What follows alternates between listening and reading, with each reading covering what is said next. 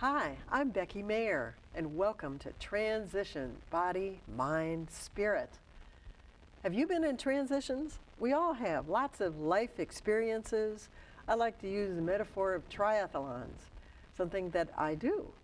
For instance, first you in a triathlon, you swim, and then you get to the transition area, and then get on your bicycle, and then get to the transition area, and then run. So that's a metaphor for life. How do we change? How do we look forward to our dreams? And I have a gentleman today that has dreamed and dreamed, and what a magnificent dream. Imagine biking on a single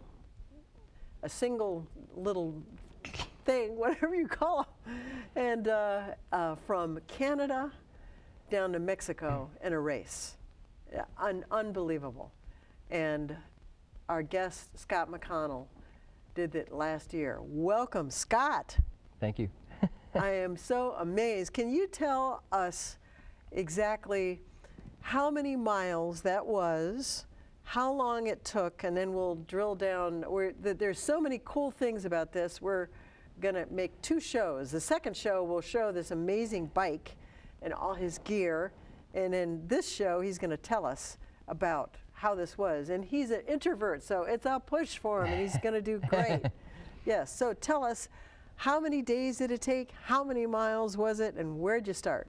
Well, I think so we started in Banf, which is in Alberta, Canada.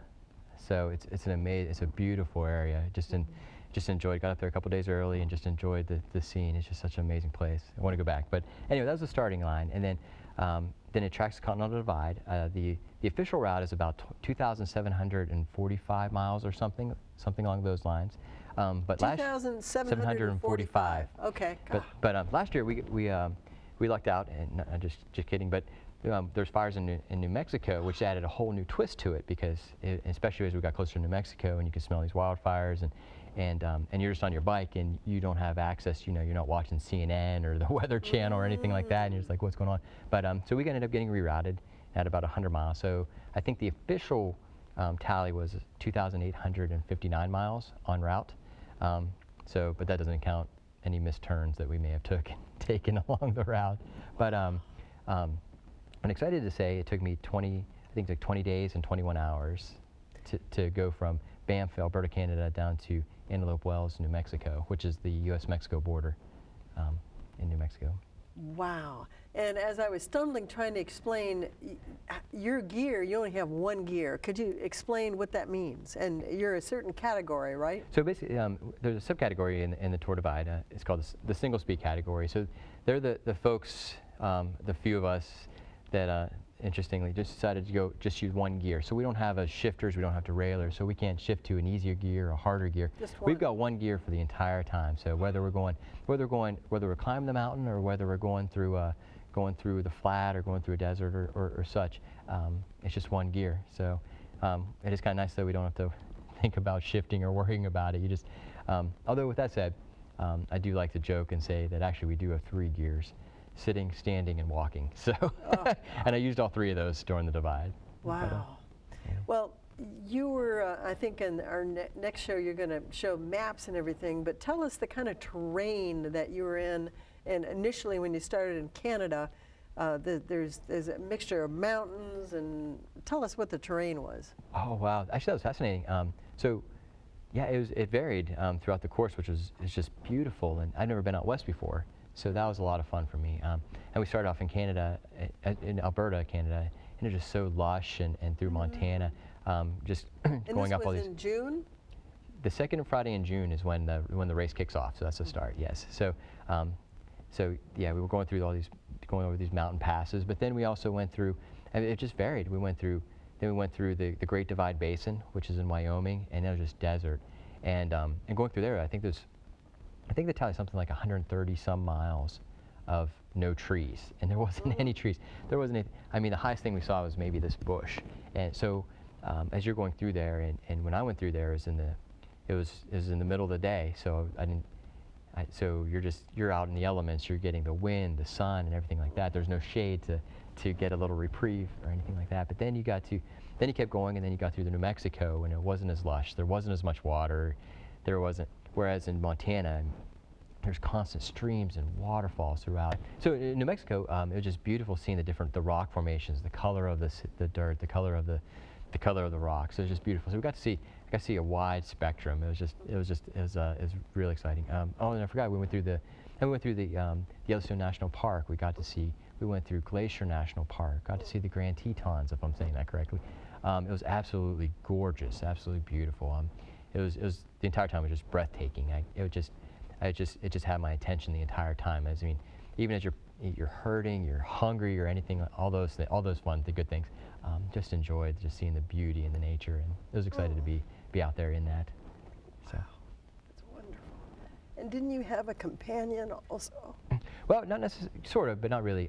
So the race is solo self-supported, so you're on your own. You gotta you're your own physician, you're your own bike mechanic, you're your own nutritionist, and so forth.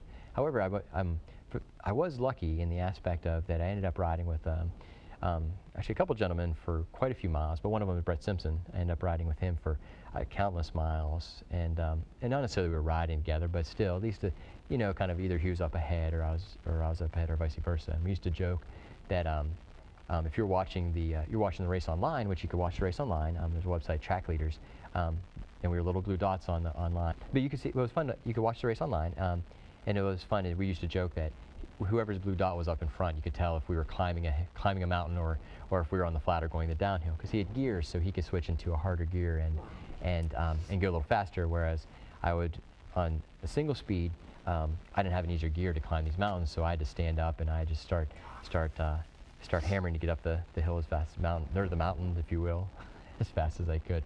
But yeah, it was a lot of fun. It was a lot of fun. How did you go up the mountains in one gear? I think in a way I think I was probably taken in by just the beauty and the scenery. It just really just captivated my attention. So I would just stand up, and I would just one pedal in front of the other, and just kept going. But I mean I got caught. I just got really pulled into the race, and it just took me to a different place. It felt like I was in another world. So I mean, I was just taking it all in, and before you know it, then I was up the mountain and getting ready for the next one. So. How many people were in this? I think there was, I believe there was 143, 144 that participated in the mass start. So technically, you can actually do the race throughout the year, and they have other versions called ITT, Individual Time Trial, but it all kind of who's got the best time over the year. I wanted to do the mass start. It just added a little more kind of ceremony. What was interesting too, I mean, it just added to me. It added to the fun. I got to even in Banff, Canada. I was there for a couple days as we were getting ready.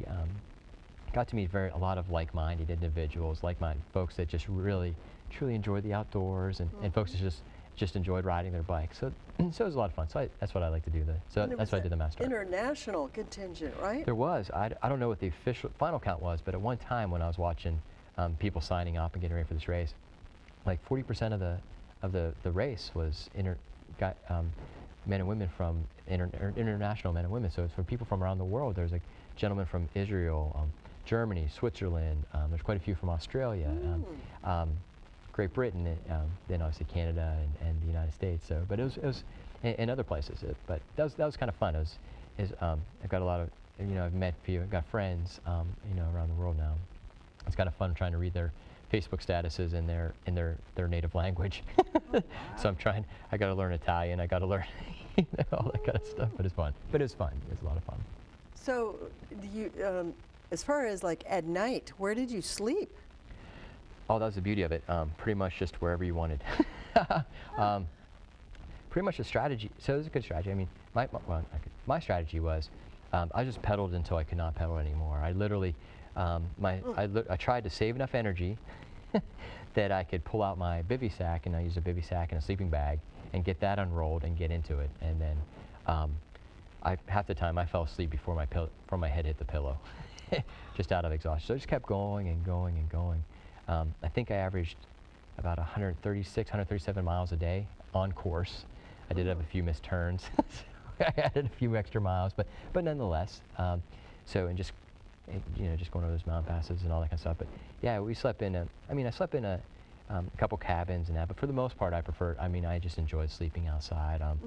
The one night I remember we were in Wyoming, and it was the night of a supermoon, and it was just gorgeous. I mean, the moon was so bright, and just the train we were on, there wasn't a lot of tree cover or anything like that, so it was just gorgeous. I mean, you could turn off your lights and you could see the trail, and you just enjoy the stars and just the scenery. Although I almost did get clobbered by an antelope that night, but but nonetheless. Oh, what about the animals out there? Oh, that was exciting too. So I've always been, I love the Discovery Channel and things like that, and Animal Planet. And if those were, I just could just sit and watch those forever. But so it was fascinating. So so I got to see my first moose up close. My first.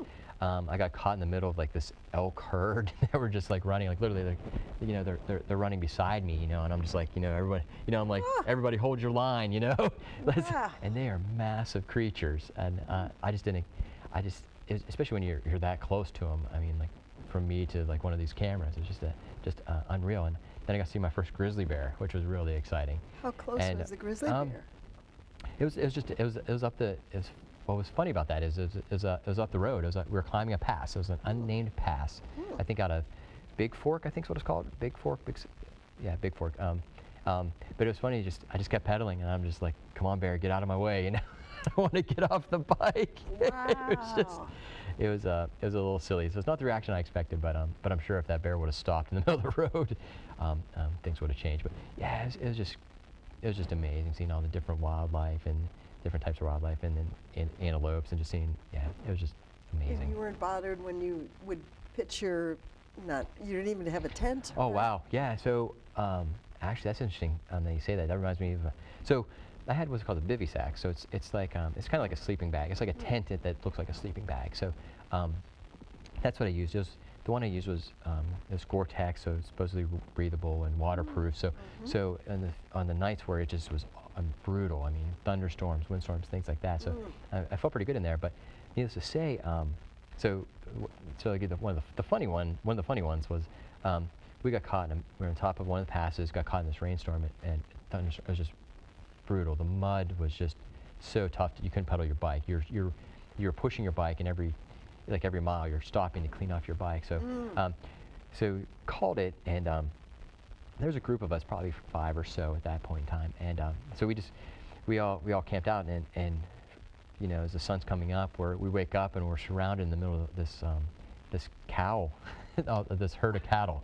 It was just hysterical. They surrounded us, and it was just really funny to get out of the bivy sack and just like, oh man, what are they going to do? And and it's in the middle of nowhere. But it was fun. I mean, going through all these ranches. But the other interesting story was one morning, woke up to this guy named Aaron, who was another single speeder and a fantastic guy. But woke up to him kind of screaming his head off. Oh no! It was I don't know, 5, 6, something like that in the morning. It was first thing in the morning. But as it turns out, just around the bend there was 2 cougars. So we're right around where we were camping. So thankfully he was there to. So I'm sure who knows they would have came and sniffed us or did whatever, obviously. So who knows, but it was pretty interesting. So we woke up to that. So we didn't see them, but they were right there in the neighborhood. And the other thing they told us, what was interesting about cougars and the wildlife is they told us that if you see a cougar, then they told us to attack it. Oh, and be go aggressive fight toward it. Yeah. Really? Yeah, and I'm not sure a good idea that is, but Oh. I'm not a very big guy. But anyway, but it was fascinating. So yeah, like just the wildlife. But yeah, so you're sleeping. I mean, we bivvied in in the heart of grizzly country, and you get all that kind of fun excitement. So you go down and. Did you feel in danger because of animals, or not really? Honestly, probably the first day, but after that, honestly, you just got to a point, or it's different for everybody, but I think I got to a point where I was just so exhausted that You didn't care. Yeah, it's amazing. Yeah, yeah. What you care about kind of goes down. To quote one of my friends, new friends that I met on the trail, Luke, and I ended up finishing the Divide with him. But he was funny. He told me, he's like, man, he's like, some days you just think it just would not be so bad if a bear ate you right now, just because you're yeah. Put you out of your misery. Yeah, exactly. You're just, you're just hurting. You just keep pushing yourself. But anyway, that's what I loved about it. It's you're pushing yourself to your limits, and then you had to push. Then you had to push yourself through those limits to continue on. And I'm not sure exactly what the dropout rate was the year this past year, but yeah, it was actually interesting. It was, even though it was a race and your competitors, if you will, it's still heart-wrenching every time you heard about or word traveled that somebody dropped out, especially somebody that you knew or even knew, but knew in the sense that you rode 5 miles with them and you felt like you know them your entire life. So every time you hear this person dropped, I mean, it got you. But it was wild. Wow. So we don't know how many people actually finished, what percentage? Actually, maybe 50-50? I'd say it's close to that. I think it was close to that. So many people just, various, their body Various gave out, things, their bike gave out, yeah, all these any things. of the above. Yeah, any of the above. There's just so many variables that you have to account for. Just on your bike, yourself, your fitness, your nutrition. That's one of the big things is, you don't always know where you're going to get your next meal from. I was going to ask you, tell us about how you figured out what to eat. You can only put so much on your bicycle. That's right. Right? So on the maps that are put up by the Adventure Cycling Association, they've got cues on there that there's maybe a restaurant here, there may be a gas station there, but as you learn quickly, well, you learn a couple things. As you learn quickly, was that may not always be the case, because you're going through a lot of small towns, or you're going through a lot of, it is just a gas station. So it may not be there when you get through there, and that happened to us. Or as you get there, got into one town. So I was riding with Brett at the time. We got into one town, and basically the town's closed on Mondays. We got in there on a Monday, so it was like, man. So at that point, I mean, whereas you may be banking on food or water, it just may not, it may not be available. We were in New Mexico, and we got through riding through a brutal stretch. I mean, temperatures are well over 100, and you're exposed. You're on the road. You're not getting any shade. You're not getting any reprieve, and so and it's windy. So you're dehydrating fast because you're sweating, and the wind just blowing it off you, and it's just a vicious cycle. And I remember I was riding with a guy at the time. At the time I was riding with a guy from Oregon, and he and I, to kind of take the positive spin on the moment. In the cue sheets, there's supposed to be this, this bar down the road, and we're like, I'll buy you a beverage, you buy me a beverage, it'd be fantastic. But we got there. Not only was it closed, it was boarded up and gone. Oh no! And we're like, oh. So then, still there's another 30 miles into the next potential opportunity to get resupplies or get something to drink or something to eat. So you're constantly battling that. And even on the, I mentioned that we got rerouted. So we got rerouted. The fun fact on that is when you got rerouted, we didn't have cue sheets to go by. So for that reroute, so we had no idea. So at that point, you're pretty much, you're trying to figure out, we're taking, so there's a few other guys at the time, just taking our best bets on how much food and water we needed to carry. Because we didn't have any clues, we didn't have any, insight or cues to know what to plan for. So it turned out being a beautiful reroute. I really enjoyed it. But we got to this place called, I'm going to butcher the name. It's not McConnell. It's anyway, it's a town in New Mexico and a population of 12 people. Oh my heavens! 12 people, and but it was fascinating. So they had one store, and it was the best. And so anyway, so as we're riding by, the one gentleman that. Luke again. I think he's the one that hollered out. Are you guys open? I saw somebody, like, well, all we have is pop and pie, and we're like, locking up the brakes. We're like, that's exactly what we want. Work. And that was, and of all the pie I had on route, I'd have to say that was the best apple pie that I had on route. Wow. was on this reroute in this town of 12 people, and they were hysterical. They enjoyed us being there, and it was, they enjoyed us being there. It was fun, even because the people we met along the route, or even they would catch you, or you'd be in stores. I mean, obviously you were up to something when they would see your bikes and you know, see all the mud and blood on you. You know? So they, you know, it was fun, you know. Now, let me ask you, as far as your family, last year you were 37, Yes. right? Yeah. You're married, and you have 2 little kids, Yes. right? How did you go, okay, I'm going to like take 20-some days off and not see my family and see ya, and how'd you work all that emotional stuff out? It was hard. That was very hard, especially with little ones too, because you know, just one of the big concerns was just, you know, will they understand, or you know, how they gonna react, and I tell people are like, you know, are you prepared? Are you worried about anything? And the only thing that I was really worried about, and I felt solid with my fitness and my gear and stuff, but it's just, you know, just those kiddos, and you know, how they're going to react and respond. Especially, my daughter was 3 at the time, and then my son was 6. So you know, that's one thing that's just, you know, how I was going to handle that. But it ended up working out great. My daughter, I don't think fully understood, but my son, it was fun. I hear that he would get up himself and go check the website track leaders and see how Daddy was doing. And So he'd look at the computer. yeah, he was and watching. see. So he got into the race. He races bikes himself. So he races BMX. My daughter races BMX as well. So, which is awesome. Wow. So they're bike riders stuff. So I think for him, he was enjoying Daddy in the race, and then in the single speed category, racing for, you know, duking it out for first and second or 3rd place or whatnot. So he got into the race. So I think that helped as well. But Did they get I to miss see them. you at all during this? Not at all. Not at all. Not at all. Yeah. What about your wife? Did you get to talk to her at all? Not really. Not really. For the most part, where the I won't say, but the cell phone plan that I have, they don't have very good reception at any of those places. So, and you're in a lot of remote areas, so you just didn't have that. I just didn't have that opportunity. But needless to say, but I tried. When we got into a town, and I mean, that's one thing you kind of watch for is Wi-Fi. You know, you just send a quick text, just say, you know, I'm good, I'm okay, and things like that. And they're you know, everyone's watching intently, friends and family online, and they see the blue dot moving, or when it wasn't moving, and you know, they tell me they were hollering at the blue dot to move, you know, but doing the best I could. But needless to say, Wow.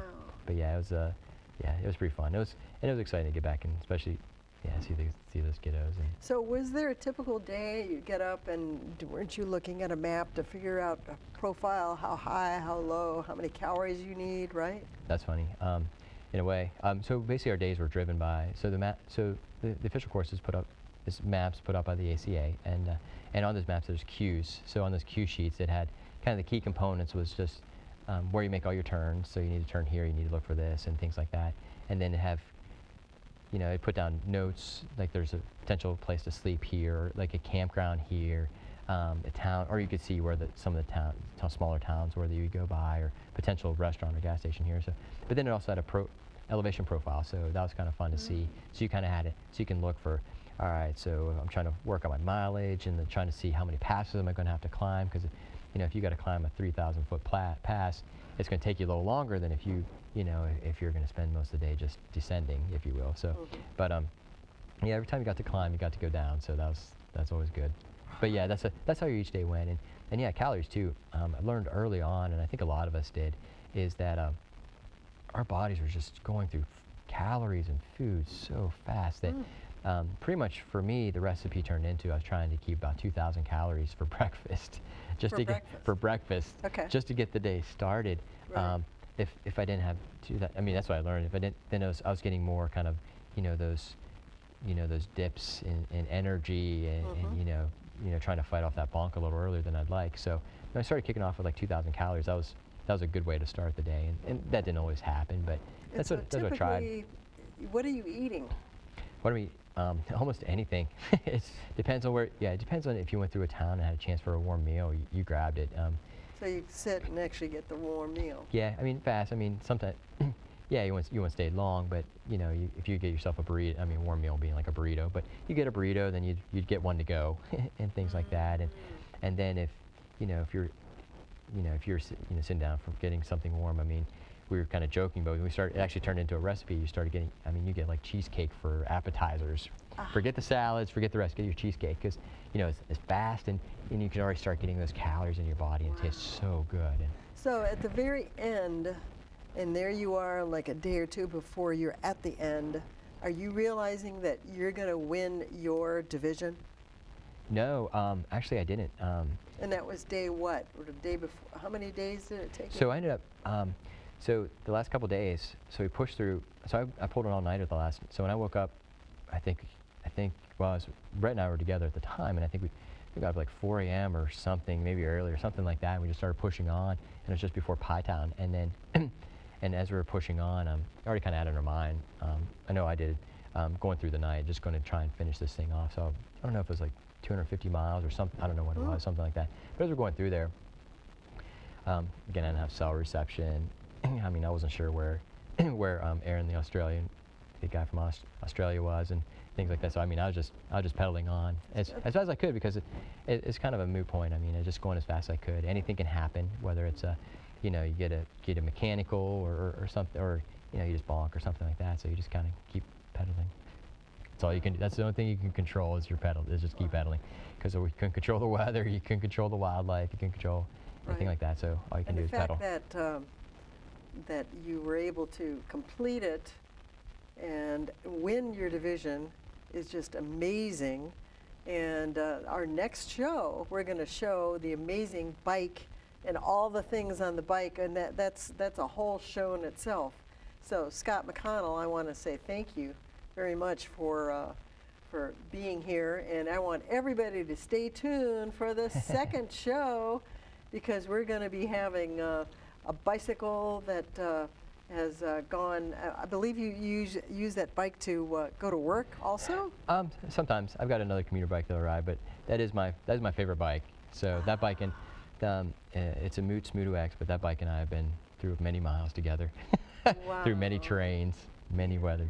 And then you have a book of pictures that your friend took of you also, right? I did. I looked out.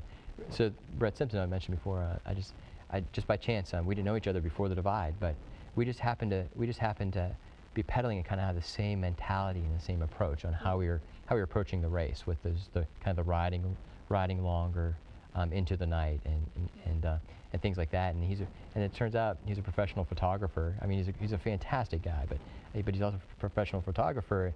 And one of the things in endurance races is you gotta figure out how to keep your mental game together. So right. And so for him, it was taking pictures, and since I was the guy that happened to be around, I ended up being his model. Yes, that's great. But anyway, so I'd like that. Wow. Well, I want to thank you for being with us. Stay tuned for show number 2. Scott McConnell doing the amazing bike race all the way from Canada to Mexico that he did last year. Thank you very much, Scott. Thank you for Transitions, Body, Mind, Spirit.